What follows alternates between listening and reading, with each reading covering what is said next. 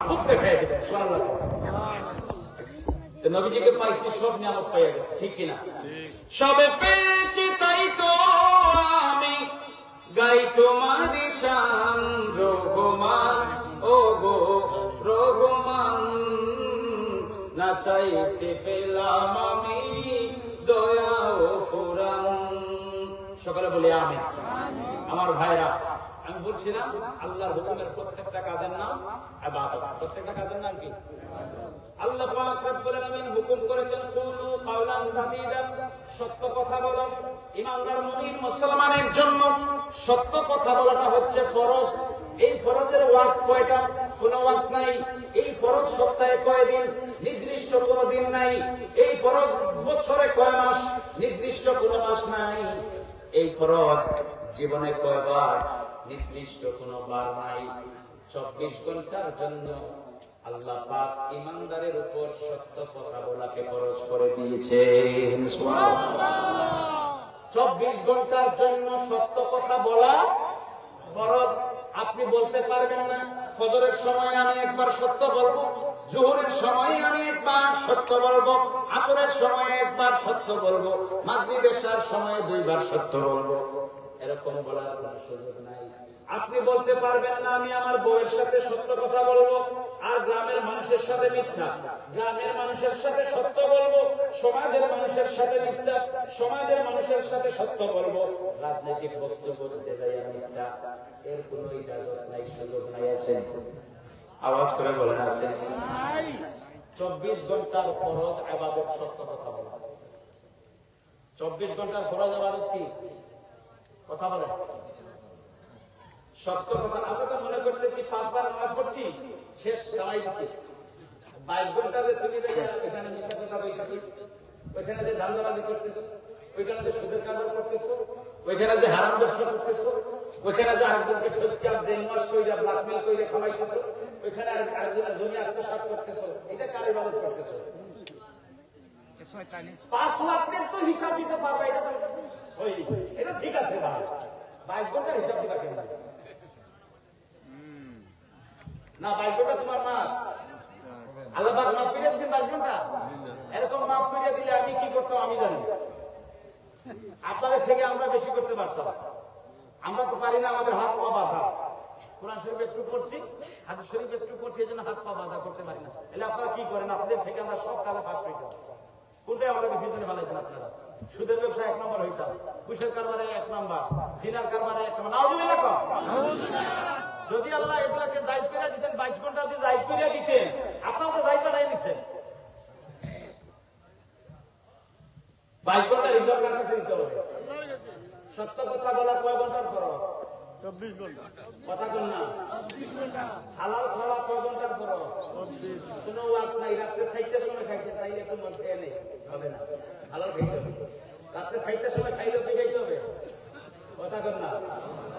আমাদের মুসলমানি ভাই কিসের মধ্যে জানেন? টুপি, পাঞ্জাবি, কাপড়, লেবাস আর বিয়ার মধ্যে, দেখানোর মধ্যে। নাউজুবিল্লাহ কর, নাউজুবিল্লাহ কর। আমার প্রিয় মুর্শিদ আল্লামা বড় সাহেব কিবলার দ্বারে যাবেন, কাছে যাবেন, গেলে মুসলমান ইমানদার, সাচ্চা পাক্কা ইমানদার মুসলমান হওয়ার জন্য মানে কি টিপস আর মন্ত্র লাগে, ওইখানে গেলেই বুঝবেন। আর লাগবে না, লাগবে না। কত অলিগলিতে আমি গেলাম রে ভাই, কত খেলতামাশা এই বাংলাদেশ বিদেশ পৃথিবীর বিভিন্ন দেশে দেখছি, কিন্তু মুর্শিদ আমার একজন, আল্লামা বড় সাহেব কিবলা। স্বার্থ নাই, নিঃস্বার্থভাবে শুধু কাজ, আল্লাহর গোলামি।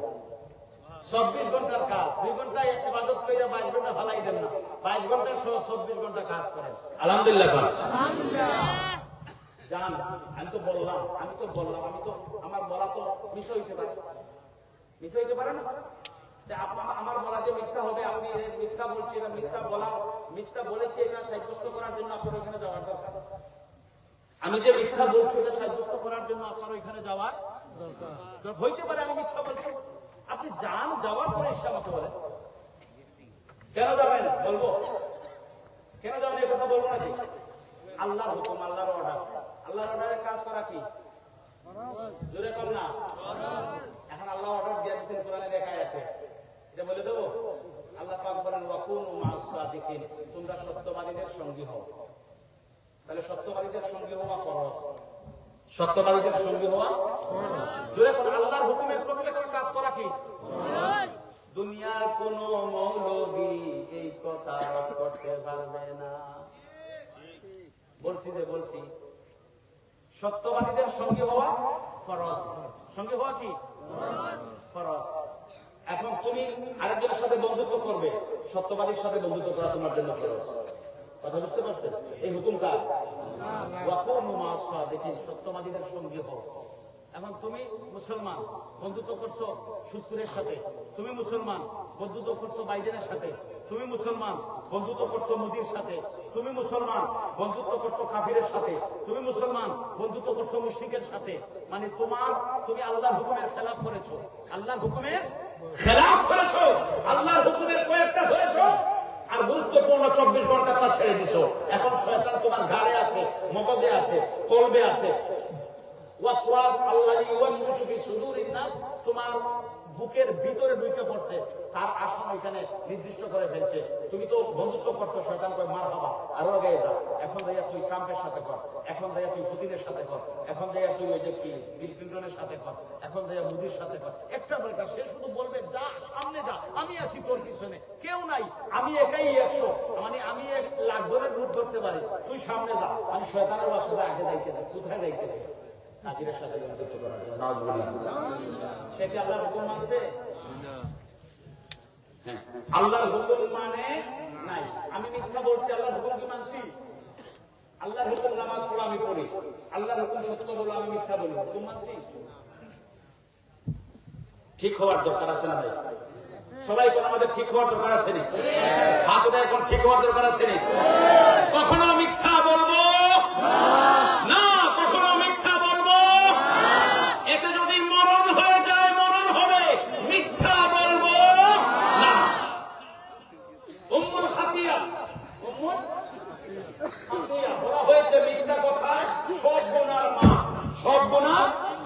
তুমি যদি মিথ্যা বলতে পারো তোমার ভাইকে জবাই করতে পারবে, তুমি যদি মিথ্যা বলতে পারো তোমার প্রতিবেশীকে তুমি ইহানত করতে পারবে, তুমি যদি মিথ্যা কথা বলতে পারো সুদ খাইয়া সুদ জায়েজ করতে পারবে, তুমি যদি মিথ্যা করতে পারো জিনা কইরা তুমি আলিম হতে পারবে। নাউযুবিল্লাহ।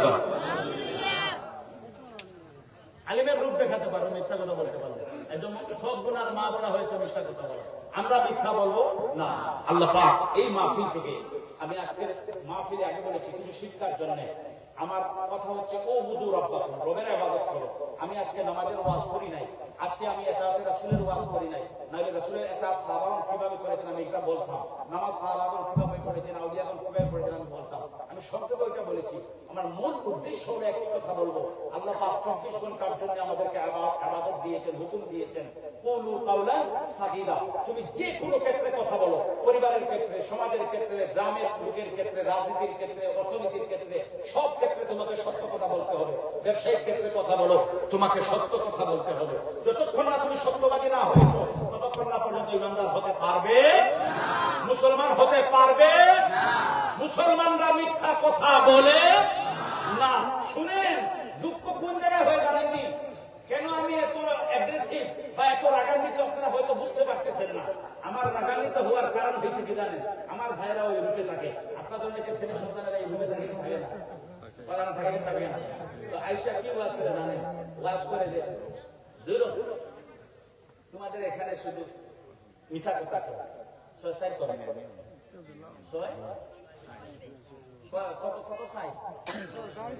কে বলে? আমার ভাই।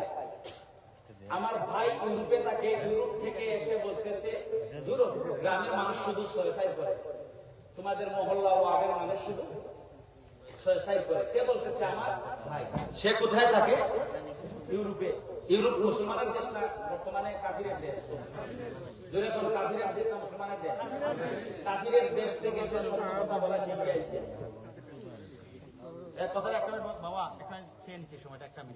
আমার ভাই ইউরোপে থাকে, আইসা বলতেছে তোমাদের গ্রামের লোকেরা সুইসাইড করে, মিথ্যা কথা কয়। আমি চিন্তা করলাম যে কথাটা কইছে এই নিয়ে কিছু চিন্তা দরকার আছে, ফিকিরের দরকার আছে। ফিকির হচ্ছে ইমানদারের কাজ। আল্লাযীনা ইয়াতাফাক্কারুনা ফি খালকিস সামাওয়াতি ওয়াল আরদ। ইমানদারের একটা বৈশিষ্ট্য হলো তারা আসমান জমিন নিয়ে ফিকির করে। আসমান জমিনে আল্লাহর সৃষ্টি যা আছে তা নিয়ে ফিকির করে আমি যাচ্ছি না। তো ফিকির করলাম যে কেন এই কথা বলে, চিন্তা করে দেখলাম সে তো থাকে ইউরোপে। ইউরোপ তো হইল বর্তমান সময়ের জন্য কাফির বেদিন বেঈমানদের দেশ, ঠিক কি না?